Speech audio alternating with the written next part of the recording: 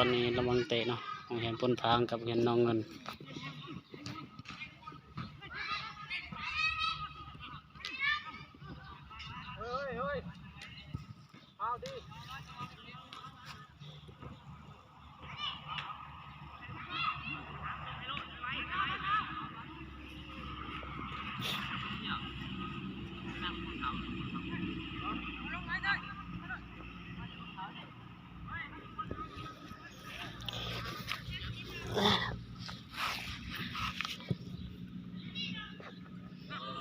เกือบ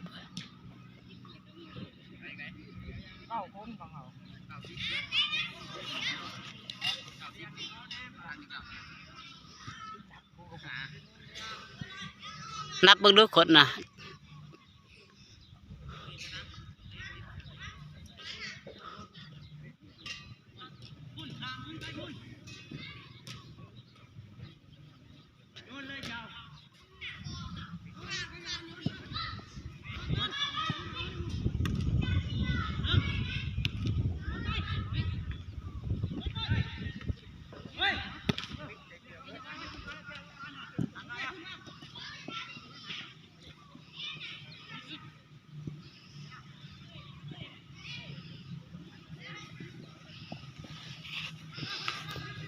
บางคนเขาบางคนเขาจับหลังรถพี่